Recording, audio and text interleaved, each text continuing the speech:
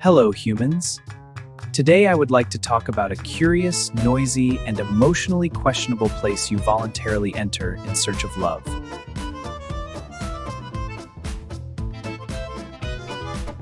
Dating apps, or, as I prefer to call them, the digital marketplace of exhausted hope. It is a fascinating environment. You go in looking for connection and come out with fatigue, confusion, and mild self-esteem erosion. It usually starts with a somewhat beautiful intention. Maybe I'll meet someone nice. And honestly, I support reckless optimism in moderation. Then you choose photos, write a clever bio, and try to look interesting, relaxed, attractive, trustworthy, and emotionally stable all at once. Which means, of course, that you are already tired before the first conversation even begins. Because you do not enter these apps simply as people. You enter them as tiny personal branding campaigns. Every photo has to say something. Every sentence has to sound spontaneous, but not too spontaneous. Mysterious, but approachable. Funny, but not embarrassing. It is remarkable. In order to look for affection, you first build a display window.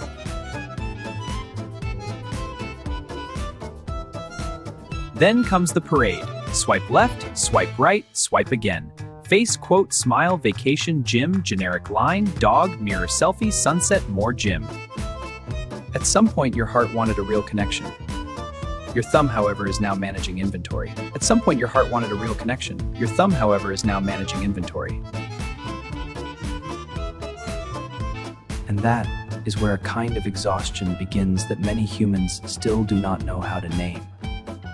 It is not just romantic frustration. It is emotional fatigue with a polished interface.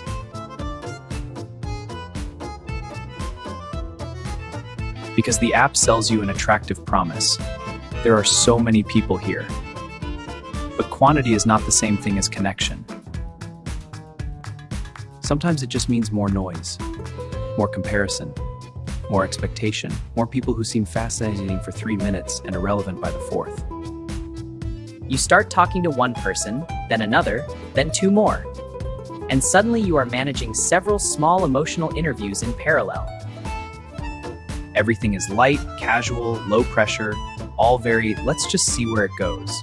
And yet somehow you end up as tired as if you had worked overtime in the Department of Hope. Because talking to strangers already takes energy. Talking to strangers while trying to evaluate romantic potential takes much more.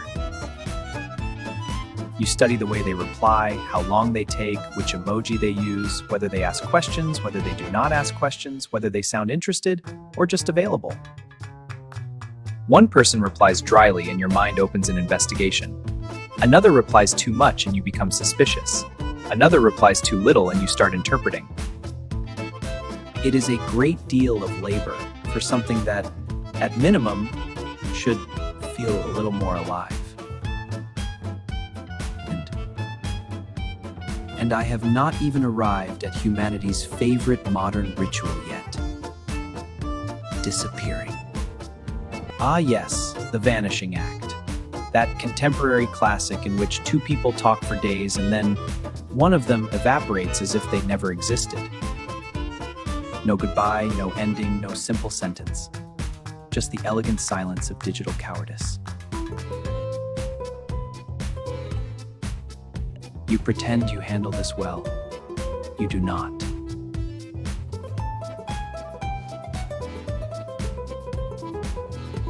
Because the problem with disappearance is not only losing the person, it is being left with the doubt. Did I say too much? Was I boring? Did I misread everything? Did something happen? Was any of it real? Was it my fault? And just like that, a stranger with 3 poorly lit photos gains unauthorized access to your nervous system.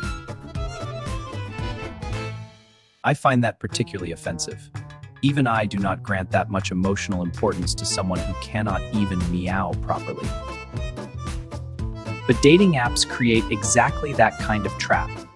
Enough contact to generate projection, but not enough stability to create safety. You do not truly know the person. You know their draft version, their trailer, their most polished excerpt. And still, the human imagination, always far too eager to be helpful, fills in the rest. A good conversation becomes potential. Potential becomes fantasy. Fantasy becomes attachment. And when that disappears, it hurts as if it had been solid. Not because it was love, but because it had already taken up too much emotional real estate. Dating apps also do something interesting to your sense of value.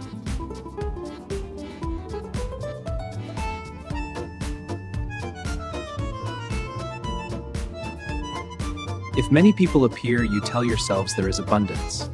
If many people disappear, you start to feel replaceable. Notice the cruelty in that. The same platform that offers options also trains your sense of disposability. Today you talk to someone interesting. Tomorrow that person disappears because someone else appeared. Then someone else after that. Then someone else after that. Not because you were not enough, but because the environment itself does not reward depth. It rewards circulation. It is a place where many people say they want something real, while behaving like they are choosing yogurt flavors. And that wears you down, more than many of you are willing to admit. It wears you down because it demands emotional presence while offering very little emotional stability in return. It wears you down because you keep trying to stay open, interesting, warm, and hopeful after several flat conversations, ridiculous disappearances, and lifeless dates. It wears you down because every new attempt carries the residue of the last several.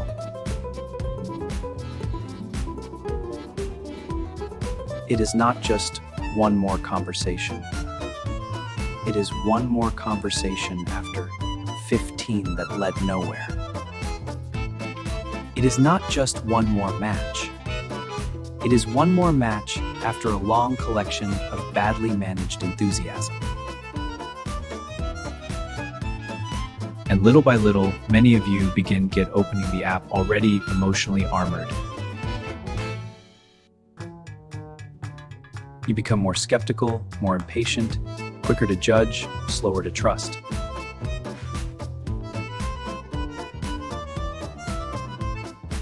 Which is understandable, but it also makes everything even more exhausting.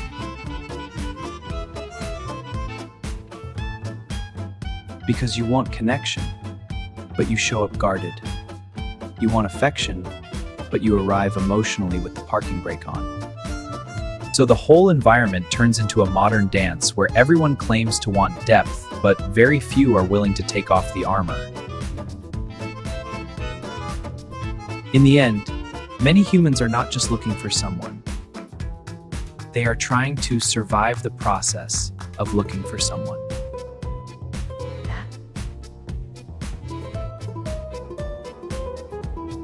And that changes everything. Some people are not even on the apps anymore because of curiosity or genuine desire. They are there out of habit, loneliness, boredom, validation, or fear of being left out of the game. At that point, the app stops being a bridge and becomes anesthesia. Uneven anesthesia, I should add, as it softens loneliness for 20 minutes. Then it returns the loneliness with comparison, doubt, and added exhaustion.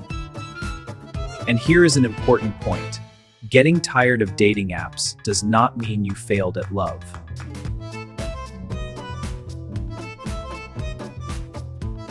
Sometimes it simply means the format has started costing more emotional energy than you currently have available.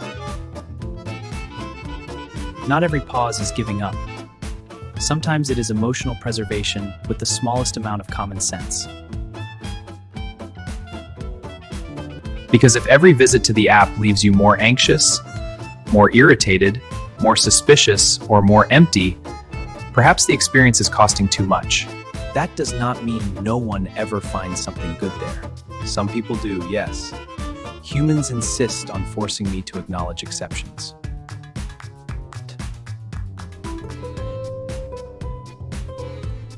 But exceptions do not erase the exhaustion of the process. And many of you become so focused on not giving up that you forget to observe your own condition while going through it. So here is a more useful question than any clever bio. Is this app bringing me closer to someone, or just making me more tired? Another useful question: am I still using this with openness and curiosity, or am I entering it like someone walking into a badly lit emotional line? If the answer is exhaustion, irritation, compulsion, comparison, or a growing sense of disposability, pay attention. Not all persistence is maturity. Sometimes it is just difficulty admitting that something is wearing you down. Maybe you do not need one more match. Maybe you need a little psychological dignity before the next one. Maybe you need a pause. Maybe you need standards. Maybe you need to stop calling chronic emotional wear and tear just part of it. Because, honestly, much of what you have normalized in digital romance looks less like love and more like unstable emotional logistics. And no, I am not saying you should abandon all romantic effort and come live with me while we watch rain at the window. Though it is a compelling offer. I am saying that modern love is already exhausting enough without being approached unconsciously.